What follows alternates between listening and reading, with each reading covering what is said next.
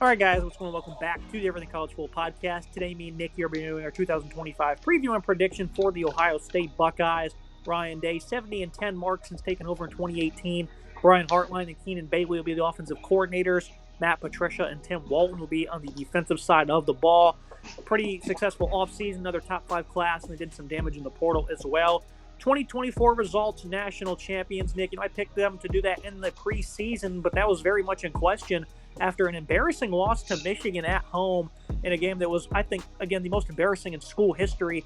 Even after that, though, I doubled down and I said this team's going to go on a very impressive run and still win the national championship. Sometimes getting hit in the mouth is exactly what you need, and I think that's the fire that the Buckeyes needed to make that run. Very epic, Nick. Nobody really contended with them one bit during the playoffs. What is your response kind of to the adversity they showcased? They really overcame adversity well. When you lose to your rival like that in that sort of fashion, it's embarrassing. There's no other way to put it. One of the worst losses in Ohio State history, if not the worst loss. I mean, you scored 10 points against a Michigan team that was just poor all season long. We lost that game 13-10.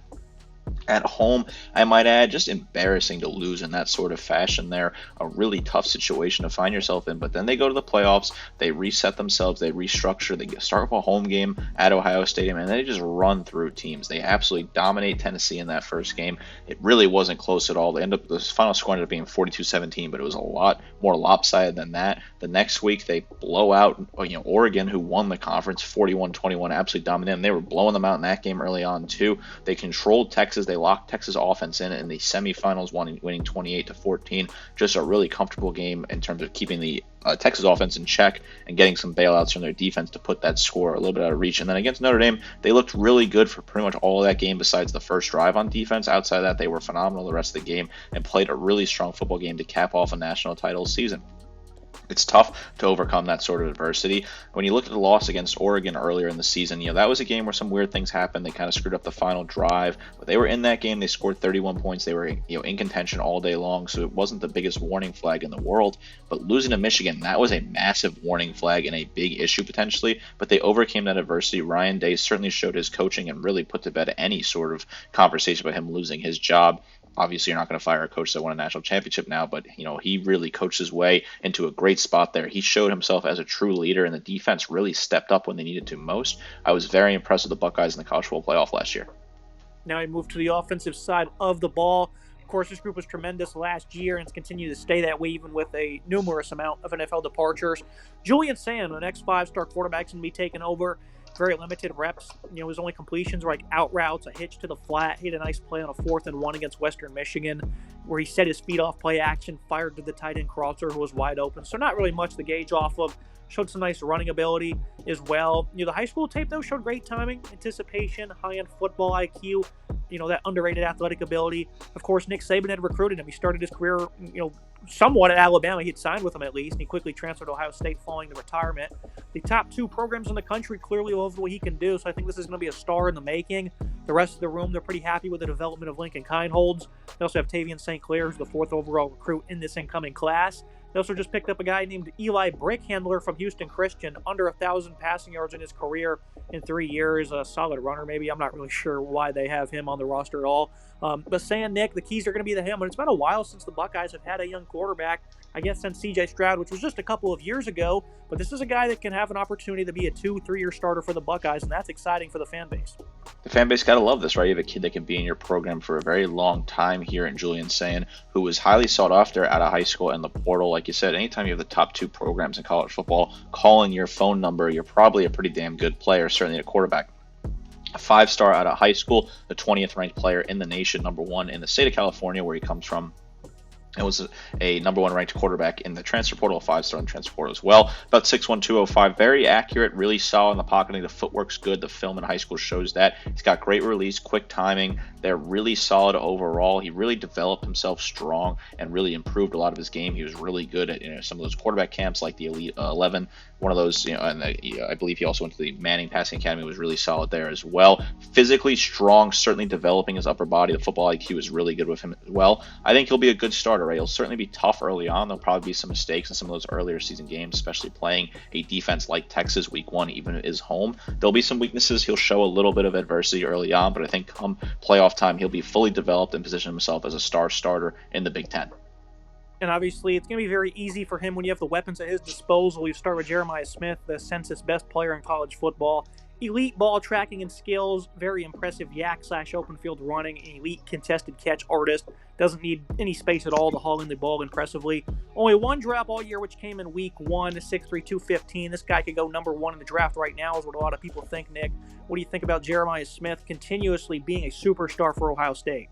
Jeremiah Smith's one of the players on the cover of College Football 26, and he certainly earned that spot on the cover with a phenomenal season last year, and a kid that's only going to get better as time goes on. Really just came into his own and grew throughout the season last year as a true freshman, found himself in a great spot, had an incredible second half to the season there.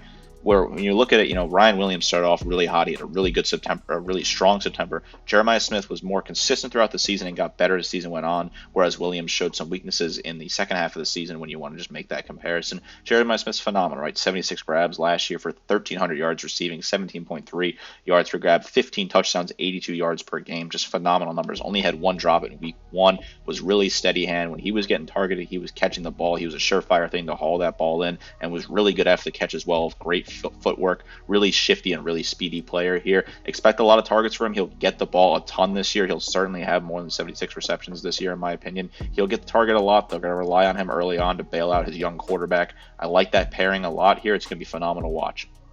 And of course, they have a lot of production that still has to go around. Smith isn't going to command at all. Carnell Tate, a great Z pass catcher, showcases good savviness after the catch. Great strength at that catch point. He's going to be next up for the Buckeyes. It's his 3rd year in the program. You have Brandon Ennis, who also enters his 3rd year as an X5-star. Great speed, good developed route tree. I think he's quick feet and some sharp cuts. Hasn't played that much compared to Tate, but let's not forget, it's kind of a sit-and-wait approach at Ohio State, and that's not a knock one bit, so he's going to be good for them, I think, in year 3. Mylan Graham, a high-ranked recruit in last year's class, should see more time on the field in his 2nd year.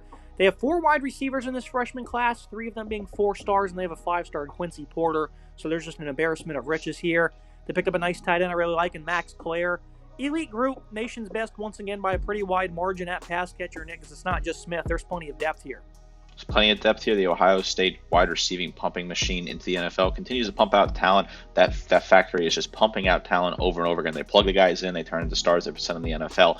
Easy to see that. I think Tate's a really good player who will certainly have a good season as well. 730 for him last year, 14.1 yards per grab and 4 scores. He'll get some targets. He's certainly a versatile player as well. Brandon Ennis is a really good player that could certainly get some more reps this year. He's been lower on the depth chart, certainly as a younger player, but they let these guys develop and kind of find their way to develop in the game. Ennis had 175 yards receiving last year, 12.6 and a score. He'll get some touches this year. He'll certainly be targeted. I like what they have at tight end as well. I think they brought in some solid pieces, adding some different guys into that. Max Clare is a really solid add who I think could be really good for this unit overall. This is a great weapons group, probably the best wide receiving core in the nation, if not the best wide receiving core. Well, it is the best in the nation. Just a phenomenal unit that's really good. Can be tough to compete with that at any given Saturday. A great unit and a great offensive overall.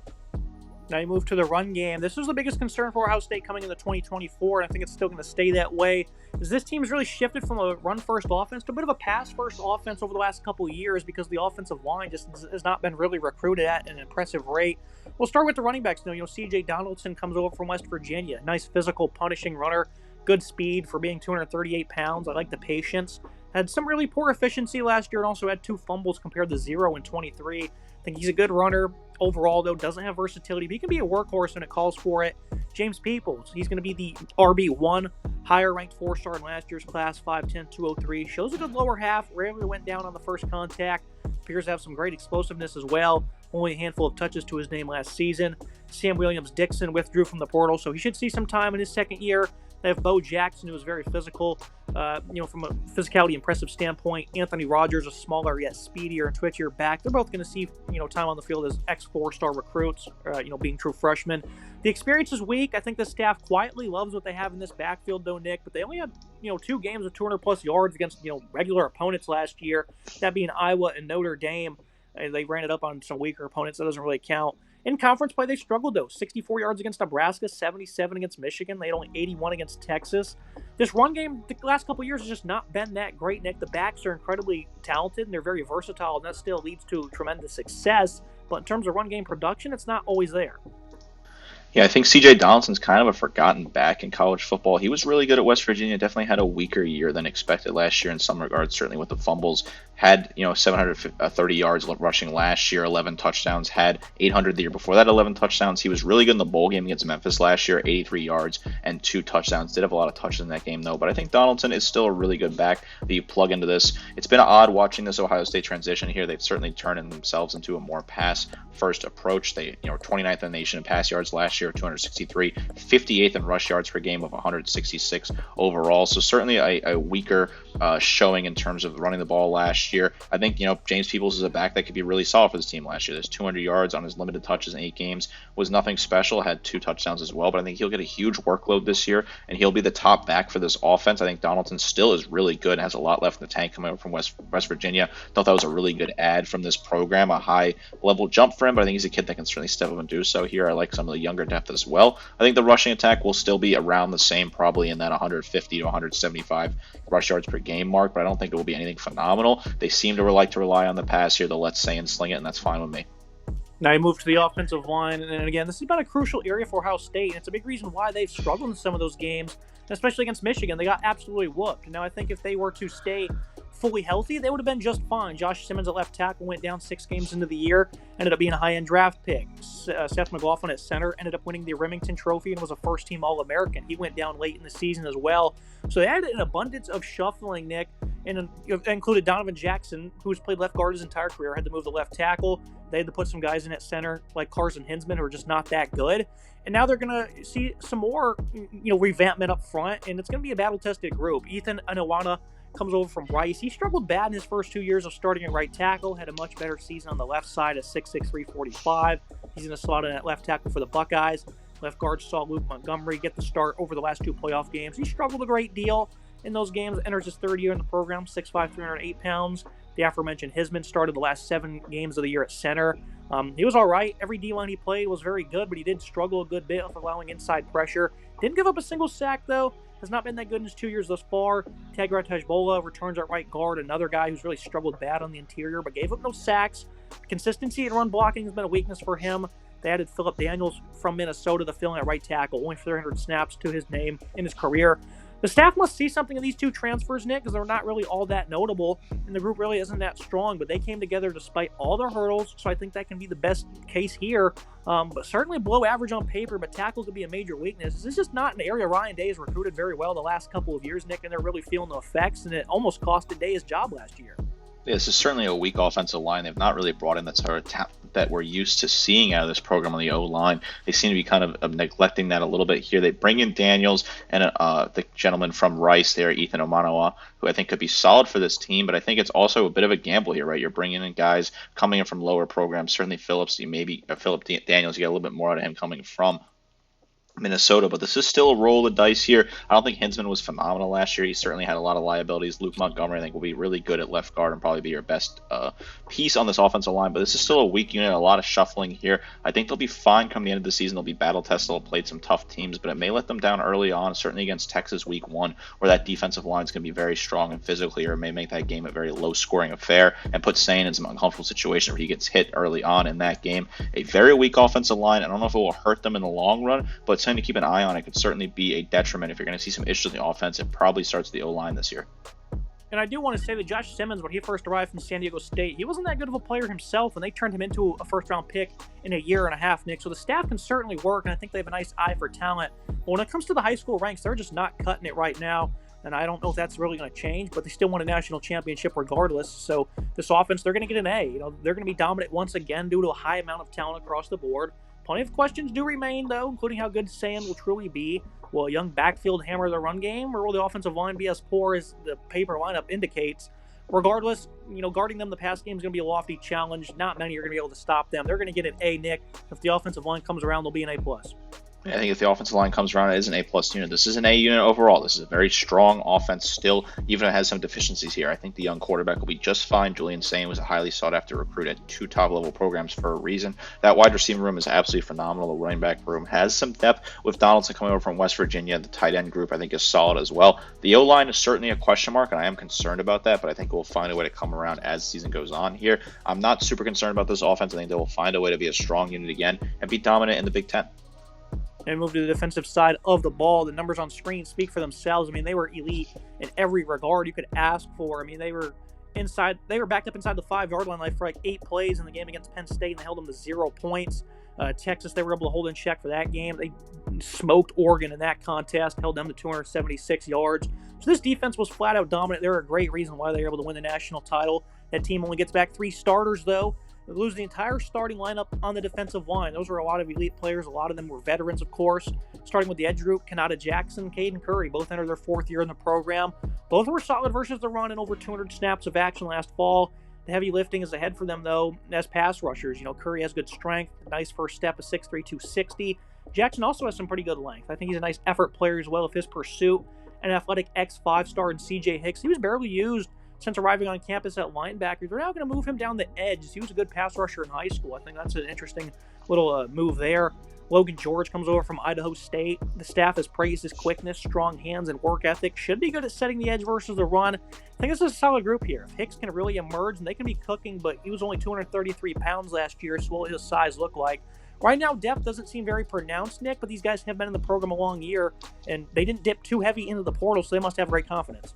They have great confidence in these guys. They're relying on who they have. They didn't really attack the portal here. They like what they have. I think some of that starts with converting Hicks, who they move to the edge there. I think Hicks is a very talented player who didn't get a whole lot of reps at linebacker, but I think you can rely on playing on the edge there. And you're going to move him around a little bit, play him in that rush position they like to have in that defensive unit. I think he's going to be really solid. 22 total tackles, 2 sacks for him last year in a pass breakup.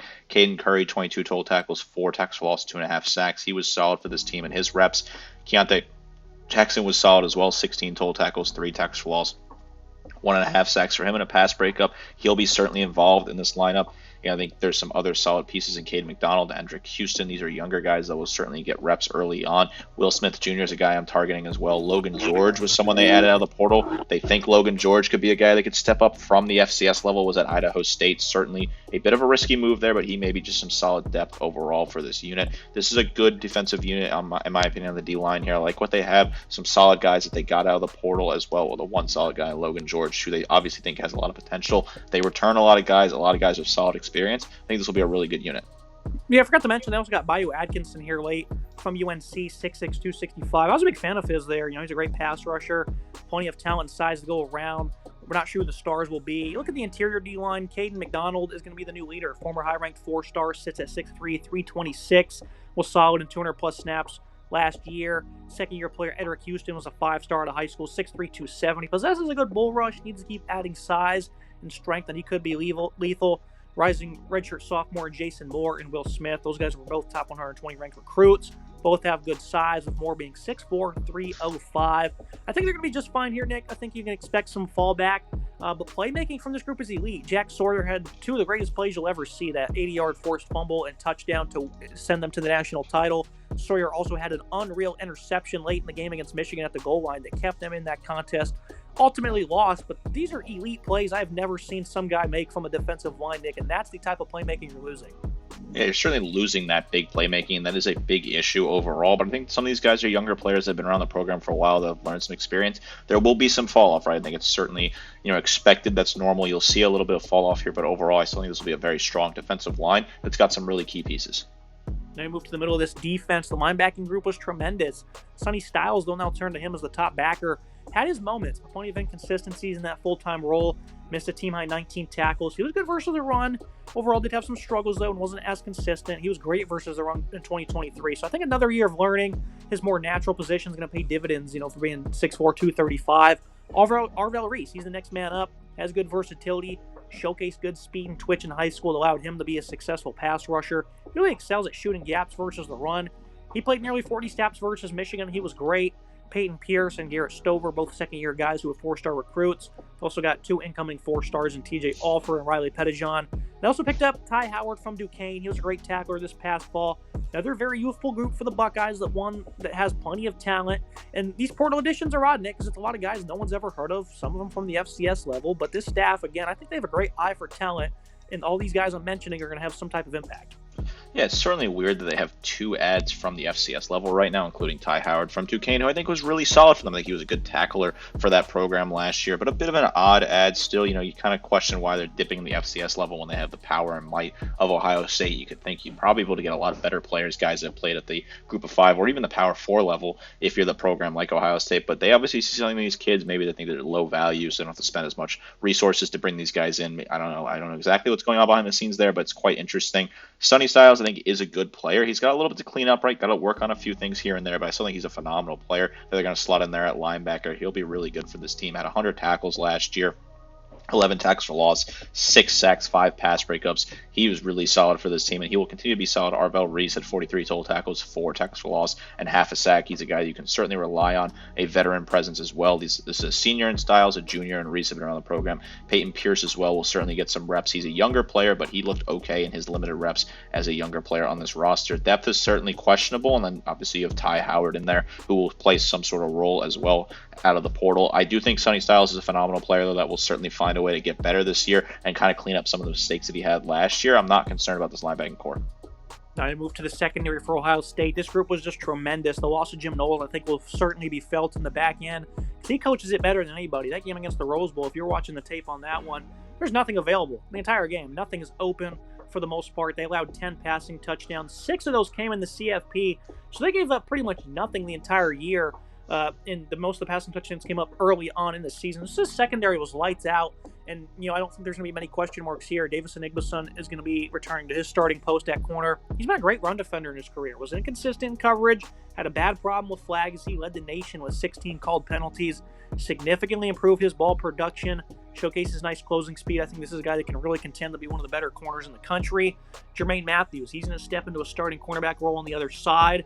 He's been real sticky in man coverage. Wasn't as good this past season as when he was a freshman. I'm confident he'll be a star in this position. And if he's not, well, behind him is a 5-star Devin Sanchez. It was already expected to have a big role early and often. The top incoming cornerback recruit, I think, is going to get on the field. Aaron Scott, a second-year player, was a top 50 recruit in last season's cycle. Got on the field for about 70 snaps. The slot I'm a tad worried about, though, because Lorenzo Styles, a converted wide receiver from Notre Dame, is the favorite to start. Really wasn't that good of a defender, but played only about 160 snaps. Bryce West is a top 150 recruit in last year's class, a true sophomore. Seems to be good in all areas, just a young player. Fellow second-year man, 4-star Miles Locker, possesses good instincts, will be in line to have some type of role in this secondary. Let's talk about the corners, Nick. I know I just gave you a lot of information, but I think they're going to be just rock solid here. Yeah, this is a really solid unit overall. I think they have some really good players at cornerback that could be solid for this team. Some guys that they will rely on, some veteran players, some decently talented players, as well as some younger players. I think when you look at Igbeson, he cleaned up his game a little bit, right? The penalties were certainly a problem early on for him. I think that's an issue that may continue to track, but he got better as the season went on. 45 total tackles, 2 tackles for loss, 2 picks, 9 pass breakups. He's a really good player for this team, a good leader, a good veteran. Jermaine Matthews was solid for this team as well last year as a younger player. 22 total tackles, 3 tackles for loss, and a pick for him. He certainly needs to clean up some of his coverage. He needs to be a little bit more reliable. He got beaten occasionally there, but I still think he's a really strong corner for this team. Lorenzo Styles is a player that's developing, still obviously a converted wide receiver in the past, so needs to work on some of his game a little bit. 16 total tackles, 4 pass breakups for him last year. He was good in coverage overall. They have some solid depth as well, some 5-stars and some high-level recruits coming in that could be really solid.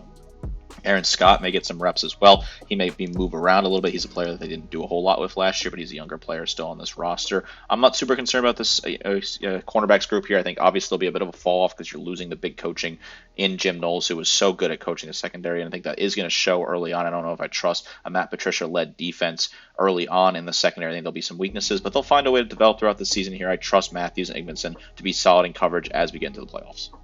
Now we move to the safety group. Obviously, they're led by a certain All-American who's going to make the stress quite limited. Malik Hartford has the most experience of the other faces they'll contend for the starting nod. Enters his third year, about 250 snaps under his belt. Jalen McClain, a physical specimen of speed, got on field for 100-plus reps in his freshman season. I think they like what they have in him. Caleb Downs, though, Nick, is as elite as they come at the safety spot. This guy's a great downhill run stopper, off-the-charts play recognition, can play anywhere in the defense and make an impact. mainly in the box or at free safety. Great communicator, phenomenal range and quickness. This guy is probably going to go top 5 in the draft, which is rare for safeties. But he is that darn good. And man, just what he was able to accomplish in the playoff last year, really all year long, the leadership, the skills, it is off the charts for a safety. That safety is just absolutely phenomenal. Caleb Downs, an All-American for a reason. As an Alabama fan, it absolutely pains me he no longer plays the Crimson Tide. I get why he left. Nick Saban left. He left because he was personally recruited by Nick Saban, had a really good close connection with him, so he left as soon as the turmoil began of bringing in a new coach. But man, I wish he stayed in Tuscaloosa because damn, that kid is so good. 82 total tackles last year, 8 tackles for loss, 2 picks, 6 pass breakups, an All-American nod to boot. They're just a phenomenal player. So good at safety. No issues in the secondary in terms of the players at the safety group because you just have such a strong player to rely on. I think McClain is a good asset to have as well in rotational reps. 15 total tackles, a tackle for loss, and a pass breakup for him. Some further depth down there. Malik Hartford is not a bad player either, who I think has solid size and can be good. But this is the Caleb Downs show. He'll continue to lead the way for this group. I look at the verdict. The Buckeyes defense will most certainly regress, but to what tune is what I don't have an answer for right now. I'll give it my best guess. I think the young players will surge across all 3 levels with a highly impressive secondary leading the charge early on. That's going to allow the rest of the group to really flow. Biggest concern is the pass rush. The group might struggle longer than anywhere else, but, I think, enhanced package pressures will certainly be something to utilize if the defensive ends struggle. I'm going to go with an A- for right now because I'm certainly not sure what they will provide off the edge, Nick, but I think they're going to be just fine regardless. I think they'll be just fine. I think it's next guy up. They're going to plug guys in. These guys are going to step up. Some of these players that are stepping up have been around the program for a while. They're not younger players. Any defense with Caleb Downs will be just fine. This defense was phenomenal last year. I mean, absolutely incredible last year. First in points per game, first in yards per game, third in pass yards and rush yards per game, top 5 in all 4 of the key defensive stats there. Under 13 points per game there, just phenomenal, holding opponents to less than 2 touchdowns a game. It's just an impressively gross number. This is a very physical defense, and yes, they lose a lot, right? I certainly think that's something you have to keep an eye on. You cannot overstate that they are losing a lot of players, only returning 3 starters. But I think they have a lot of guys that will step up, next man up mentality, and I trust the coaching here. Even if Jim Knowles is leaving, I still think the coaching will be strong enough. Outside of Matt Patricia, I do question his ability as a defensive play caller. But outside of that, I trust the rest of the coaching here. I think this unit will be good. As season goes on, they'll get stronger and better come playoff time. I mean, this defense is mainly compromised of guys they've recruited that have stayed in the program. Very few transfers to speak of. I mean, collectively, in the 2 and 3 deep, these guys are all Buckeyes. So I think that certainly helps as well. Moving to the schedule and the prediction, Ohio State is coming off an impressive show of adversity that saw them rip off the greatest 4-game stretch imaginable to win the national title. Now they're reset with the loss of both coordinators and a big flux of talent. Offense should be in good shape as they have an elite wide receiver group, a young 5-star QB, and on defense, a really good secondary. The rest of the team is sort of a kind of wait and see. The offensive line, the D-line, the linebacking group struggle, especially in the trenches. That's kind of the biggest area you want to wait and see what happens. Natty, unlikely this season, but the main goal this year, I think, is to avoid a 5th straight loss to Michigan, Nick. And you can try and convince me they're going to beat them because I'm not going to try and do it. It's going to be hard to do so. I'm not all that confident they're going to beat them going on the road this year against what's going to be another scrappy, tough Michigan team. I picked them to win it. I'm not going to sit here and try to sell you on it. I think they lose to Illinois October 11th in a bit of a trap game because this offense will still be young. I think September 27th at Washington's also a game that they could potentially lose. 10 wins, 11 wins is in store. You have them going 12-0. Again, though, Michigan with that Michigan game, Nick, I'm not going to sell you on it. Maybe I copped out a little bit here going 12-0. Maybe I took the easy way out and went with 12-0. And that might be a bit of a cop-out. But when you look at this schedule, it's pretty cut and dry the rest of the way. You get Penn State at home. I don't think they're going to lose to Penn State in Columbus really ever, maybe in my lifetime. The trip to Washington, certainly one I'm keeping an eye on. I think they beat Texas week 1 as well. I think Texas just won't be able to compete on the road in that tough environment. You play Illinois on the road. That's a game you want to keep an eye on because Illinois is a very hot team. A lot of people are very high on them. And then, of course, the game against Michigan November 29th. I'm having nightmares about that already if I'm an Ohio State fan. They seem to have your psychological number, and it's tough to play in Ann Arbor. This is a Michigan team I think will be solid come November 29th. I'm not going to pull the trigger on picking Michigan to win that game right now. I think that would be a really logical thing that could certainly happen, and I was very close to putting that in my prediction, but I ended up sticking with 12-0. Going to cop out a little bit and go with that here. I don't think this team will win the national title, though. I think they'll kind of run out of gas come playoff time and get caught in a tough matchup. Of course, obviously only time will tell. And I was a doubter last year. I didn't think they would win the college football playoff last year. You said they would. You told me that over and over again, and I was the one that ended up being wrong. My bracket got busted early on, and Ohio State, they ended up running away and winning a national title. So I got that wrong. Maybe I have a tough read on this team occasionally. I like what this team can do. I question the new coaching staff on the defense. I just don't really like Matt Patricia. I think Jim Knowles is such a phenomenal play caller, which is why Penn State poached him, obviously. I think the offense will be just fine. They'll score a ton of points this year. The defense will come to its own and be very strong as well. They'll probably win the Big Ten, but will struggle come playoff time with just a tough matchup. But another great season in Columbus, and they're riding on a high right now. They won a national title. That's the big deal. Just got to find a way to beat Michigan. Yeah, the Patricia ad's certainly interesting. I think, Nick, you have a lot of sour taste from how he did as a head coach, which was abysmal, right? And obviously, since then, the Lions have been phenomenal since he left. But as a defensive coordinator, this guy was still a great assistant. I think he's still very creative. He hasn't been on the college level since 2003 at Syracuse, though. So we'll see what kind of innovation he can bring to the table. I don't think it'll be, the worst move in the world. I think he'll do quite sound. But I understand the skepticism for sure. Yeah, I'm certainly not a fan of him. I just think, it's been a long time since he's coached in the college level. The game at the NFL and the college level are very different. I understand why he was brought back by Belichick a couple times, but he was an awful head coach for the Detroit Lions, and they're flying high without him. I just question his play calling overall. And he's called offenses recently. They moved him around. Just a bit of a weird thing that's been going on with him overall the past couple of seasons here. I just think it's kind of a move where they wanted to grab a name. They brought in a name in Matt Patricia, but they didn't. They could have probably got someone who was a lesser name that would have been a better fit overall in the program. But Ohio State wanted to go grab a flashy name, so they grabbed a guy that's been around the NFL for a while. I just don't love the move. I don't know if it will burn them short term or long term, but it's something I'm keeping an eye on for sure. Make sure you guys like, comment, subscribe. See you next time. Yeah, I think he's